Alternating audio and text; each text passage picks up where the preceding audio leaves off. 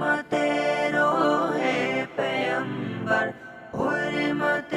روح پیغمبر یک نظر کن سوئے ماں۔ السلام علیکم ورحمۃ اللہ وبرکاتہ۔ محترم ناظرین کرام، ہم اس ویڈیو میں ایک ایسی تعویذ کا ذکر کریں گے جنہیں ہم اگر یہ کہیں کہ یہ اشرفی تعویذ ہے تو غلط نہ ہوگا۔ آپ کے سامنے جو ہم واقعہ پیش کرنے جا رہے ہیں اس واقعہ کو اب بغور سماعت کریں، پھر اس کے بعد آپ خود ہی نتیجہ نکالیے گا کہ اس تعویذ کو کیا کہا جائے اور اس تعویذ میں جو لکھا جاتا تھا اس کا مقام اور اس کی عظمت اور رفعت کا کیا عالم ہوگا۔ بقیت السلف عمدۃ الخلف حضرت علامہ و مولانا الحاج الشاہ سید محمد مختار اشرف اشرفی جیلانی، معروف حضور سرکار کلاں علیہ رحمت الرضوان، سجادہ نشین آستان عالیہ اشرفیہ کے شوشہ مقدسہ، انہوں نے ایک واقعہ بیان کیا ہے۔ وہ فرماتے ہیں کہ ایک شخص ایسا تھا جو بہت زیادہ پریشان رہا کرتا تھا، تکلیف میں ہوتا تھا،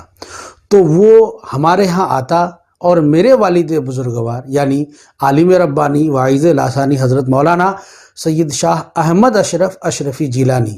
ان کے پاس آتا اور تعویذ کا خواستگار ہوتا۔ میرے والد انہیں تعویذ دے دیتے اور پھر وہ انسان چلا جاتا، اس کی پریشانی ختم ہو جاتی، وہ مصیبت سے چھٹکارا پا جاتا تھا، بیماریوں سے شفا بھی مل جاتی تھی۔ اس شخص کو کئی مرتبہ لوگوں نے کہا کہ آپ مولانا احمد اشرف سے تعویذ لے رہے ہیں، جبکہ ان کے والد بزرگوار ہم شبیہ غوث جیلاں اعلیٰ حضرت اشرفی میاں موجود ہیں۔ ان کی شخصیت اور ان کی روحانیت کا معیار اور ان کی روحانیت کی بلندی ہم اور آپ سمجھ بھی نہیں سکتے ہیں۔ ان کی روحانیت کو جب چیلنج کیا گیا تھا تو آپ نے اپنے اشارے سے آن دا اسپوٹ آپ نے دکھایا تھا کہ ہماری روحانیت کا عالم کیا ہے۔ اس تعلق سے میرا ایک ویڈیو بھی بنا ہوا ہے کہ اشرفی میاں نے بیگن میں کیسے سوراخ کر دیا تھا۔ ناظرین کرام، تو بہرحال اس آدمی کو جب کہا جاتا کہ تم بڑے بڑے لوگ ہیں یہاں پر موجود ہیں، ان کے پاس سے تعویذ نہ لے کر تم مولانا احمد اشرف سے ہی تعویذ لیتے ہو، آخر کیا وجہ ہے؟ تو وہ کہتا کہ نہیں، ہمیں تو انہی سے تعویذ لینی ہے، مجھے انہی کی تعویذ میں فائدہ ملتا ہے، ہم کسی دوسرے سے تعویذ نہیں لیں گے۔ ناظرین کرام، یاد رکھیے، تعویذ یہ مؤثر حقیقی نہیں ہے، بلکہ تعویذ ایک ذریعہ ہے، شفا تو اللہ تبارک تعالیٰ ہی دیتا ہے۔ حضرت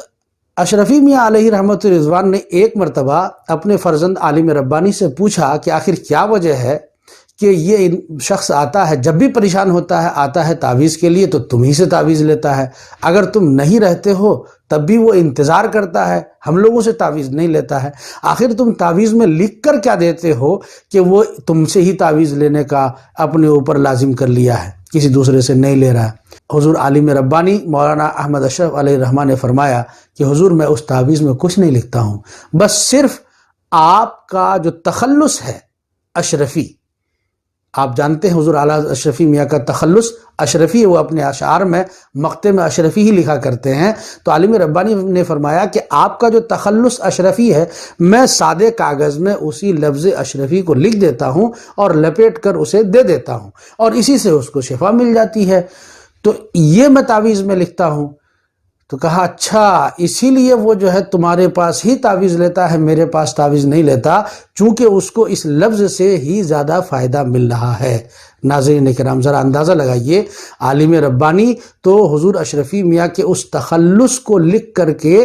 دے دیتے تھے اور وہ شفا یاب ہو جاتا تھا۔ جس شخصیت کے تخلص کا یہ عالم ہے اور اس کی تاثیر یہ ہے کہ لوگوں کو شفا مل جائے، لوگوں کی پریشانیاں دور ہو جائے، تو وہ ذات کیسی ذات ہوگی اور ان کی عظمت ہم اور آپ